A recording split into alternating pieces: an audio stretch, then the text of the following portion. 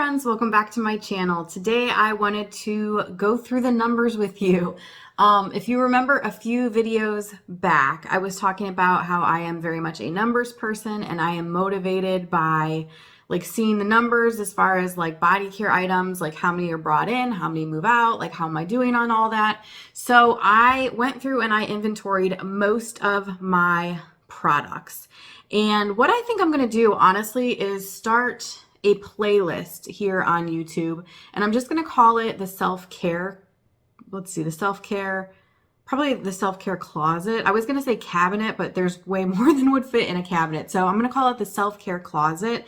And this is going to be the first video in that playlist.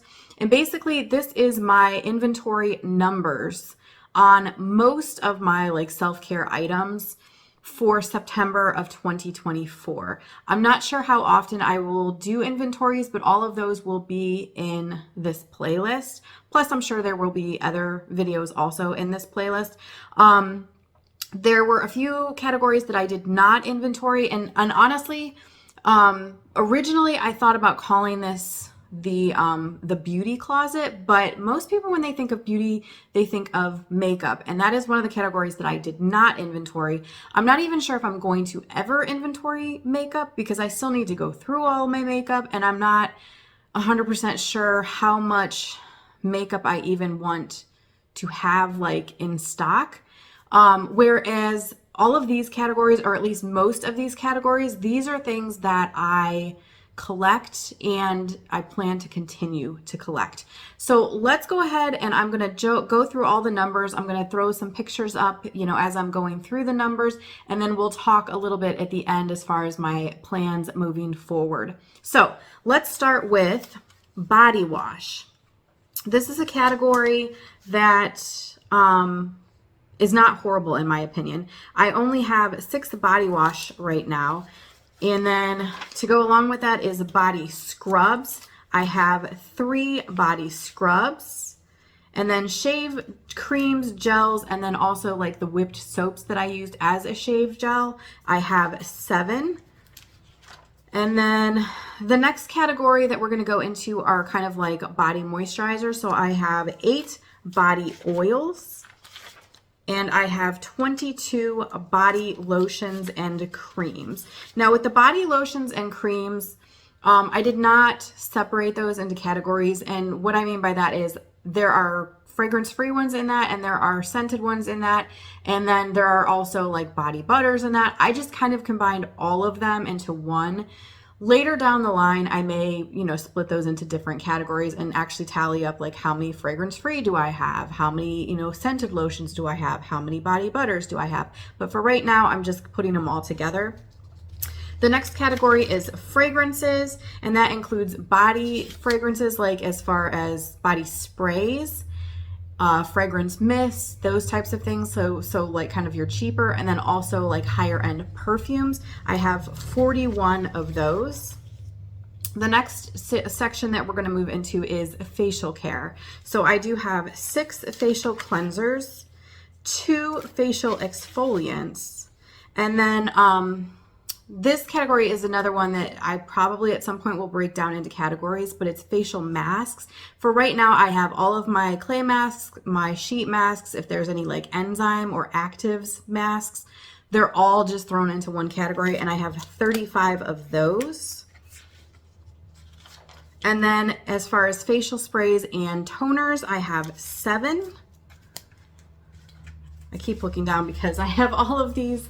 I have it all like written down, and that's what I did with this too, is I actually went through and not only totaled them up, but wrote down everything that I actually have, like the actual names of them, so that I can kind of keep track of what I want to continue to purchase or repurchase, and then what I don't want to repurchase. Facial serums and oils, I have 6. Eye creams and eye masks, I have 7. And then facial moisturizers, I have 2.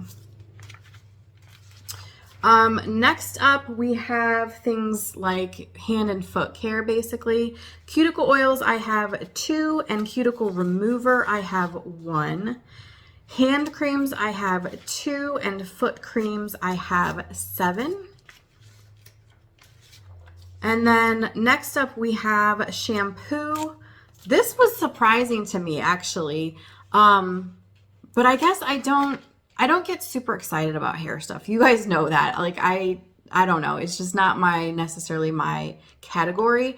But I have 3 shampoos and then I have 9 conditioners. Now in the conditioner category, I did not categorize it as far as like the deep cleansing like treatment conditioners or just like a everyday used conditioner. So those are just kind of put together. And then the last thing that I inventoried was my lip balms, and there are 131 lip balms.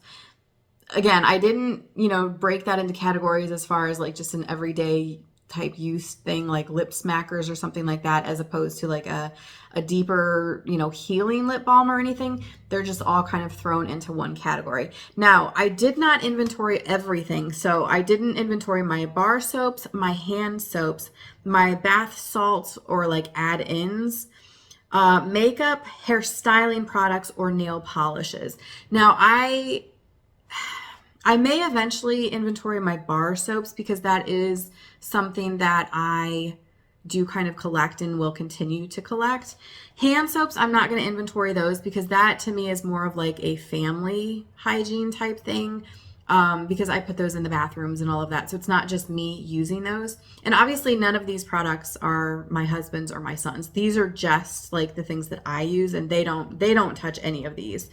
Bath salts and add-ins. I don't really collect any of the like add-ins, meaning like bubble baths or bath oils or bath bombs or anything like that. The only thing that I collect are Epsom salts, and then I generally will make my own fragrances with essential oils. So there's really no point in inventorying that because it would just be, like unscented Epsom salts. Makeup, I kind of already explained. I'm not inventorying that at this point just because I need to go through a lot of my makeup and it's not really something that I collect at this point in my life.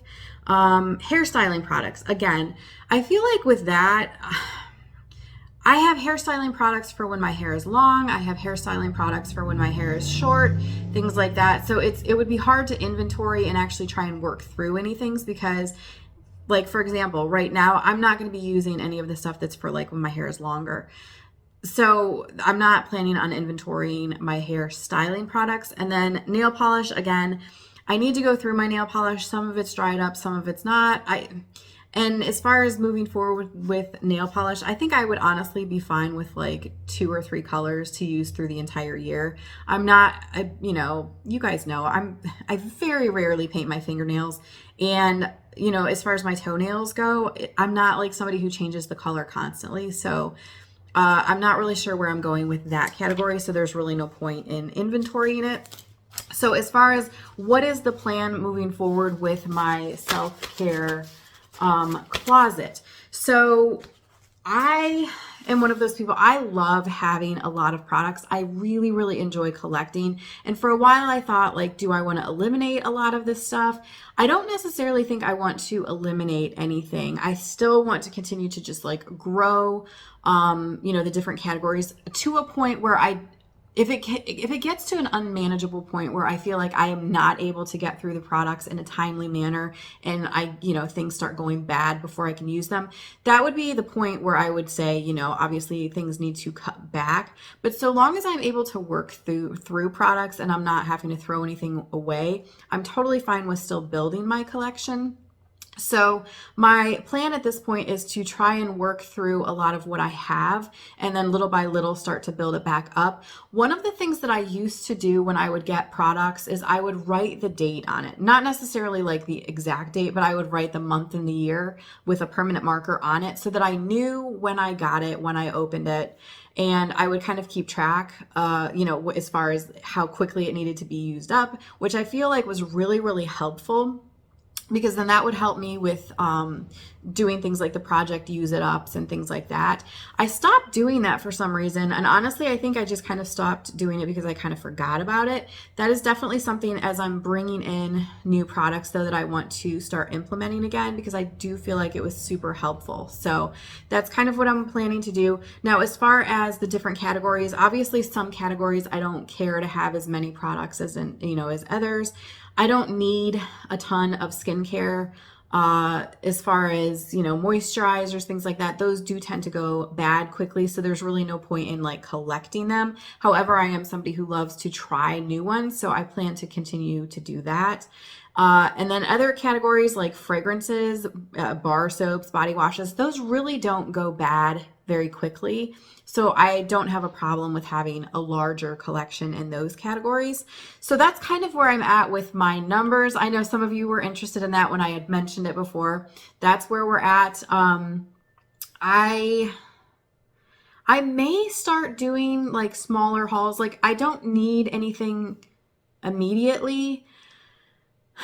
And I'm kind of, you guys know, in the Shop My Stash baskets, I'm kind of trying to go through what I have and see, as far as even like fragrances, what fragrances I'm really like lean towards, because obviously those would be the ones that I would want to stock up on.